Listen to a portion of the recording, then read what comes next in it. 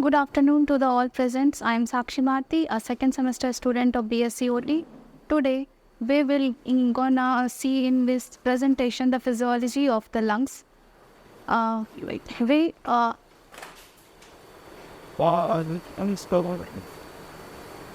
During this presentation, we will see the function of the respiratory system, mechanism of breathing, pulmonary ventilation, pulmonary circulation, exchange and the transportation of the gases, lungs volume, and then the applied physiology.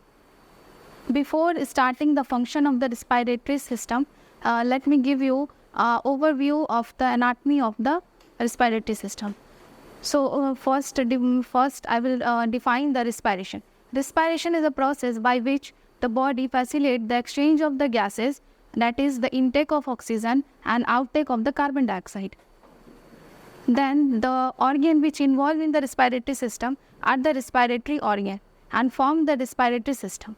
So the lungs is the primary respiratory organ, and the nose, larynx, pharynx, trachea and the terminal bronchioles all are the secondary organ of the respiratory system. Starting with the function of the respiratory system. The function of the respiratory system is to facilitate the exchange of gases, that is intake of the oxygen and outtake of the carbon dioxide from the body. The second function is the supply of the oxygen, that is provide the oxygen to the tissue so that they facilitate the cellular respiration, which is essential for the ATP production. Then the third function is the removal of the carbon dioxide from the body, which if there is a carbon dioxide present in our body, it disbalance the pH balance of the body. Not function of the lungs beyond the respiration. Lungs not only perform the respiration function, but are some beside functions which the lungs perform, like the defense mechanism. The mucus of the lungs produce the IgA, which fight against the infection. The second function of the lungs is the production of the surfactant, which is required and which decrease the surfactation of the lungs during the breathing. Then the third function of the lungs is the conversion of the angiotensin 1 to the angiotensin 2 by the angiotensin converting enzyme, which is occur in the pulmonary capillary endothelium. Then the fourth function of the lungs beside the respiration is the acid-base balance, temperature regulation, then the elimination of the carbon dioxide and body temperature regulation. Moving towards the mechanism of breathing. Mechanism of breathing refer to the exchange of gases, that is the inhalation and the exhalation. Before starting the inhalation and the exhalation, let me tell you about the structure which involved during this breathing process. Diaphragm is the first which involved during the breathing process. Diaphragm is a dome-shaped muscles which involved during the breathing. The second is the intercostal muscles. The intercostal muscles, as the name suggests, inter means the in between and the coastal means the ribs. So the intercostal muscle are present between the ribs and they facilitate the breathing process. If we talk about the inhalation, which is also known as the inspiration, when the inhalation takes place, the air goes into our lungs, and this process is done when the air. This process is done during the inspiration. During the inspiration, the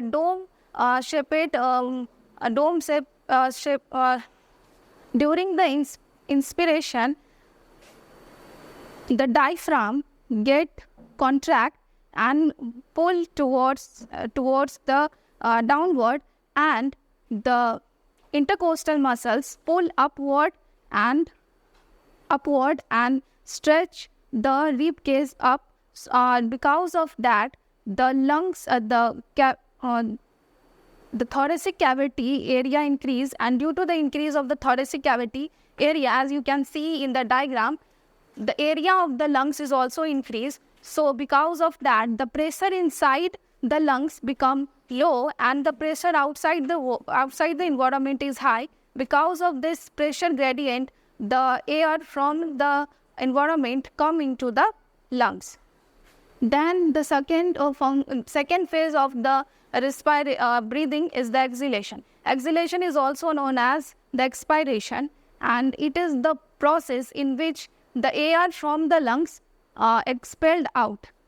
During the expiration, expiration is a passive process. As it is a passive process, the diaphragm and the intercostal muscles become relaxed. Because of that, the lungs again gain the shape which it was early before the inspiration.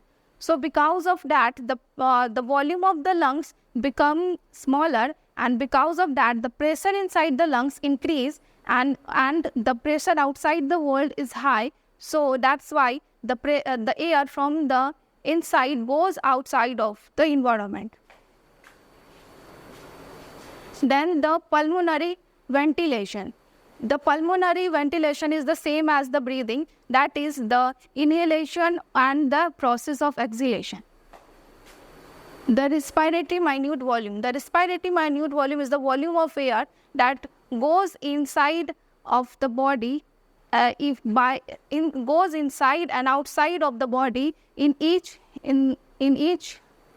the volume of the air goes inside the body during the inspiration. Then what the question is, why we calculate the respiratory minute volume? We calculate the respiratory minute volume to check out, is there any physical changes occurred in the lungs? So how can we find the respiratory minute volume? We find RNP by multiplying the tidal volume into the respiratory rate. The respiratory rate is the rate of the respiration occurred in every minute. And the tidal volume is the amount of air that goes into the air during the inspiration. And that volume is 500 ml. And the respiratory rate, it differs from person to person, and we take on an average 12. Then we multiply and then we get the RNP value. Then the alveolar ventilation. The amount of air goes into the alveoli is known as the alveoli ventilation. The alveoli ventilation is equal to the tidal volume minus the dead space multiply the respiratory rate. I already defined the tidal volume and the respiratory rate. What is dead space? Dead space is the place where there is no exchange of gases take place. There are two types of the dead space: anatomical dead space and the physiological dead space. The anatomical dead space are the air passageway where the exchange of gases do not take place, like the nasal cavity, pharynx, larynx, trachea, up to the terminal bronchioles. Then the physiological dead space. Physiological dead space include the anatomical dead space as well as the part of the lungs where the exchange of gases do not take place. If we talk about the anatomical dead space, its volume is 150 ml, and the question is why there the exchange of gases do not take place? Because the layer is too thick to conduct the exchange of gases. Then the pulmonary circulation. Let me define. The pulmonary circulation is the flow of oxygen from heart to the lungs for the exchange of gases. As you can see in the diagram, the deoxygenated blood from all over the bodies come into the tissue, and this tissue transport by the help of the systemic vein, this deoxygenated blood goes into the right atrium. Then the right atrium push that blood to the right ventricle by the tricuspid valve. Then the right ventricle contract and push the deoxygenated blood to the by the pulmonary artery to the lungs, where the deoxygenated blood goes to the goes to the pulmonary capillaries, which was bind by the alveoli. And this is the place where the actual exchange of gases take place. First, I will explain the exchange of gases, then I move towards the further circulation. The exchange of gases at alveoli. As you can see, this is the pulmonary artery and the pulmonary capillaries, and there is the alveoli. Between these two, there is a respiratory membrane which facilitates the process of diffusion. What is diffusion? Diffusion is a process by which a particle moves from the higher concentration to the lower concentration. And this process is used to facilitate the exchange of oxygen and the carbon dioxide in the alveoli and the pulmonary capillaries. Here, as I said that all the oxygen we inhale goes into the alveoli to store. So the concentration of the oxygen in the alveoli is higher than the concentration of the oxygen in the pulmonary capillaries as it carry the deoxygenated blood. So the concentration of the oxygen is low in the pulmonary capillaries. There is a confusion that deoxygenated blood, so it will not carry any oxygen. No, some oxygen is present in the blood pulmonary capillaries.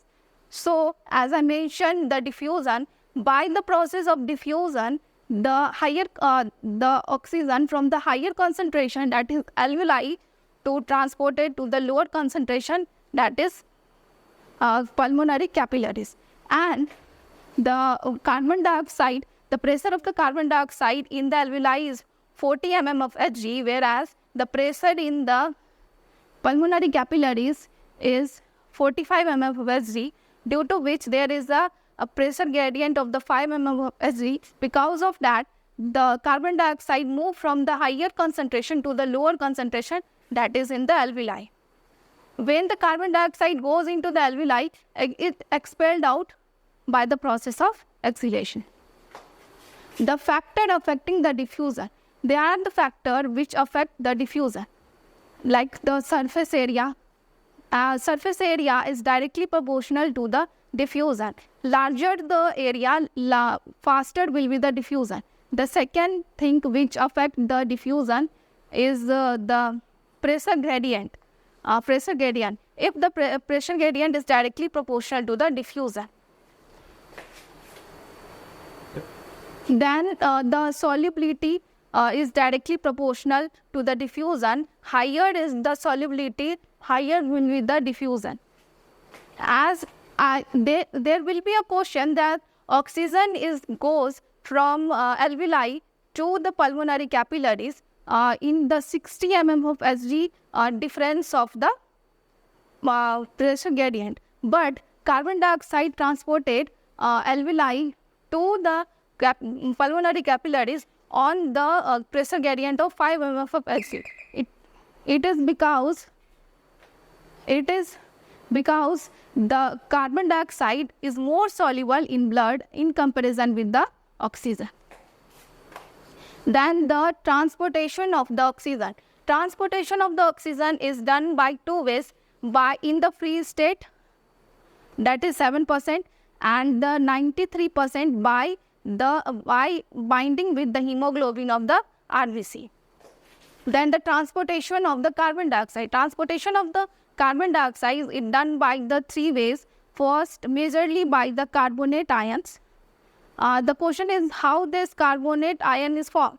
As the carbon dioxide goes into the RBC, it bind with the it goes into the blood where the water is present. So by the chemical reaction, the carbon dioxide converted into the carbonic acid, and by the enzyme, which enzyme facilitates this reaction is known as carbonic anhydrase. By this reaction, the carbon dioxide break into the carbonic acid, and then the carbonic acid again break down into the water, carbonic acid break down into the carbonate ion and H plus ion. This H plus ion goes into the blood and maintain the pH of the blood, whereas the carbonate ion travel to the blood. Then the lungs, when the exchange of gases taken place, then the oxygenated blood travel from the pulmonary vein to the left atrium, and the left atrium to the left vein, ventricles, and then other part of the body by the systemic